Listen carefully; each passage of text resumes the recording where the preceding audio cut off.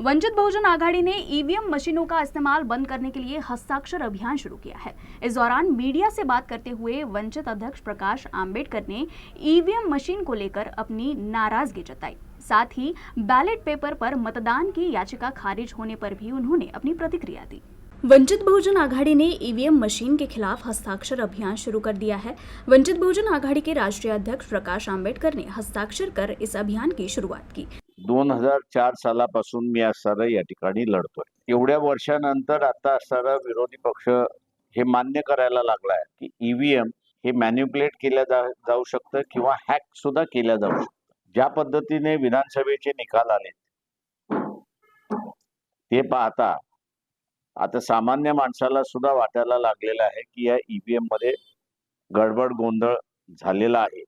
या दृष्टीने नुसती लोकजागृती नाही तर ईव्हीएम वरती किती लोकांचा विश्वास नाही हे दर्शविण्यासाठी आम्ही असणारा सह्यांची मोहीम ही असणारा आजपासून सुरुवात केलेली आहे। हाल ही में 29 नवंबर को सुप्रीम कोर्ट ने ईवीएम मशीनों को बंद कर बैलेट पेपर से वोटिंग कराने की याचिका खारिज कर दी। आंबेडकर ने कहा कि अदालत को इसे खारिज नहीं करना चाहिए था। यहाँ तक कि सर्वोच्च न्यायालय को ये तय करने का कोई अधिकार नहीं है कि कौन सी प्रणाली लागू की जाए और कौन सी नहीं।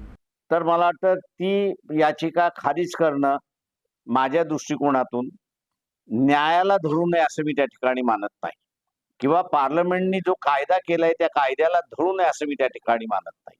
सुप्रीम कोर्टाला कुठली सिस्टम लागू करावी कुठली सिस्टम लागू करू नये याचा अधिकार नाही।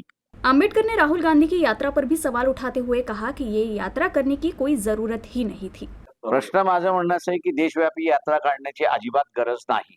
म्हणून मी म्हटलं की जॉईंट ऍक्शन होणार असेल तर जॉईंट बैठका झाल्या पाहिजे। पार्लमेंटने माझ्या दृष्टीने असणारे अनेक रस्ते मोकळे करून दिलेले आहेत राजकीय पक्षांना की जे ते वापरू शकतात आणि त्यांना जी पाहिजे ती सिस्टम ते इथे इलेक्शनची वापरू शकतात। आंबेडकर ने कहा कि सभी विरोधियों को ईवीएम के खिलाफ एकजुट होने की जरूरत है और अगर वे ईवीएम का विरोध नहीं करते हैं तो देश में तानाशाही लागू हो जाएगी। आंबेडकर ने यह भी कहा कि अगर कांग्रेस द्वारा हमें नहीं बुलाया गया तो हम पहल करेंगे। काँग्रेसने पुढाकार घेऊन सर्व राजकीय पक्षांना बोलवलं नाही तर कदाचित असणारा वंचित बहुजन आघाडी पुढाकार घेईल या सगळ्या राजकीय पक्षांना बोलवेल आणि त्यांच्या समोर ऑल्टरनेटिव्ह काय काय आहेत की जे ऑल्टरनेटिव्ह आपण असणारा इलेक्शन कमिशन पुढे ठेवू शकतो आणि त्याची कायदेशीर रीत्याने ऑल्टरनेटिव्ह आपण ठेवू शकतो ते आम्ही असणारा त्यांच्या पुढे मांडू।